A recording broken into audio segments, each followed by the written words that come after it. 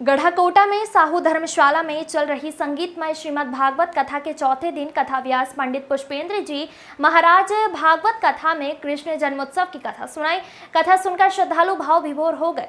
उन्होंने कहा कि जिस समय भगवान कृष्ण का जन्म हुआ, जेल के ताले टूट गए और पहरेदार सो गए। बाल गोपाल का जन्म देवकी और वासुदेव के 8वें संतान के रूप में हुआ। देवकी और वासुदेव के अर्थ को आगे समझाते हुए कहा कि देवकी यानी जो देवताओं की होकर जीवन जीती है और वासुदेव का अर्थ है जिसमें देव तत्व का वास हो। ऐसे व्यक्ति अगर विपरीत परिस्थितियों की बेड़ियों में भी क्यों ना जकड़े हों, भगवान को खोजने के लिए उन्हें कहीं जाना नहीं पड़ता, बल्कि भगवान स्वयं आकर उसकी सारी बेड़ी हथकड़ी को काट कर उसे भावसागर से मुक्त करा दिया करते हैं। भागवत कथा में श्री कृष्ण का जन्मोत्सव धूमधाम से मनाया गया। जन्म होते ही भक्त जमकर झूमे।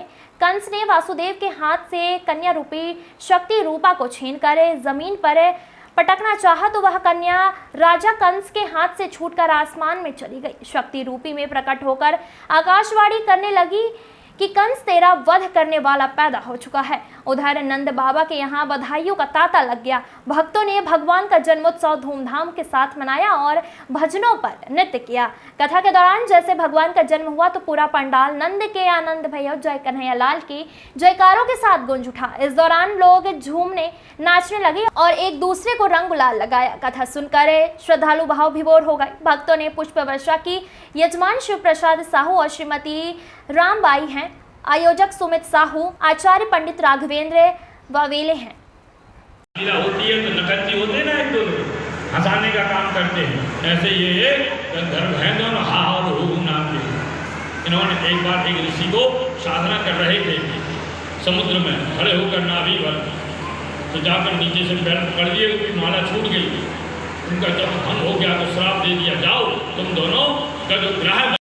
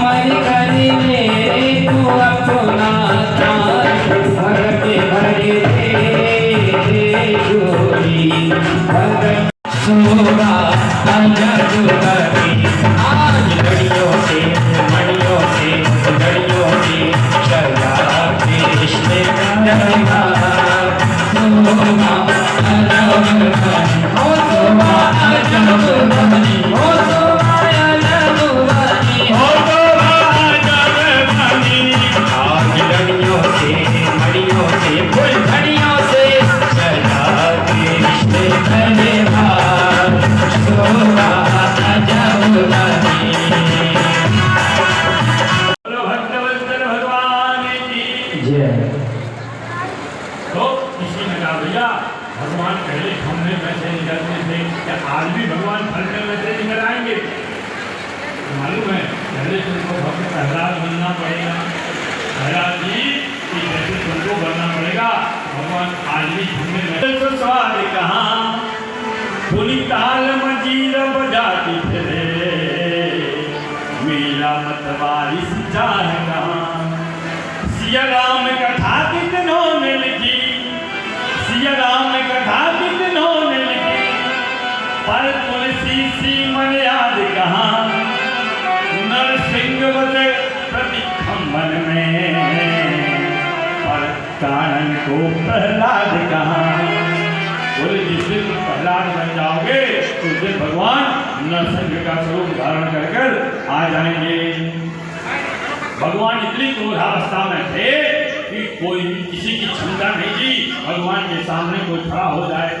सभी देवता गए लक्ष्मी जी के पास और लक्ष्मी जी से कहा आप भगवान का क्रोध शांति करो वरना त्रिलोक का नाश हो जाएगा। लक्ष्मी जी दौड़ी दौड़ी वहाँ पर गई और भगवान के पास में जैसी पधारी, साक्षात् लक्ष्मी पे सीता देवी दृष्टा तुम महाभूतम आदिष्टा पूर्वत्वा सामोपयाय संगीता। इन्होंने भगवान के ऐसे स्वरूप को देखा और भगवान को प्रणाम जैसे लक्ष्मी जी ने किया। भगवान बहुत जोर से चिंगारे। लक्ष्मी जी ने दौड़ लगाई और सीधे बैकुंठ में जाकर ही अब सभी देवता गए। उसके बाद भागवत जी में लिखा है कि प्रहलाद जी के पास में गए, लेकिन शिवपुराण में दूसरी कथा है। मैं दोनों कथाएं सुना देता हूँ। शिवपुराण